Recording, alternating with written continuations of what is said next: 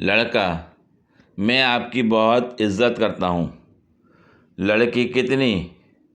लड़का, इतनी कि अगर आप बेड पर बैठें तो मैं सोफ़े पर बैठूँगा। लड़की, अगर मैं सोफ़े पर बैठ गई तो? लड़का, तो मैं फ़र्श पर बैठ जाऊँगा। लड़की, और अगर मैं फ़र्श पर बैठ गई तो? लड़का, तो मैं एक गड्ढा खोदकर उसमें बैठ जाऊँगा। लड़की, अच्छा, अगर मैं गड्ढे में बैठ गई तो?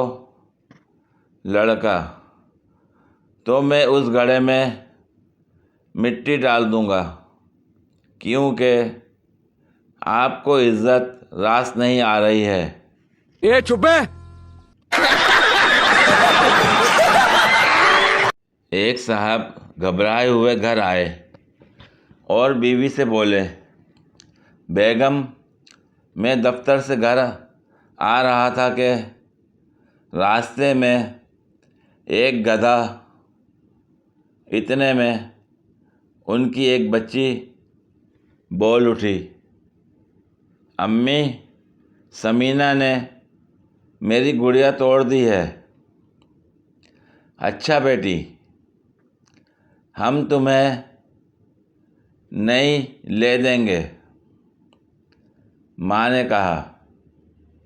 शौहर ने फिर कहना शुरू किया, हाँ बेगम, मैं कह रहा था कि रास्ते में एक गधा, इतने में बेटा बोल उठा, अम्मी, अम्मी, मुझे गुड्डू ने मारा है।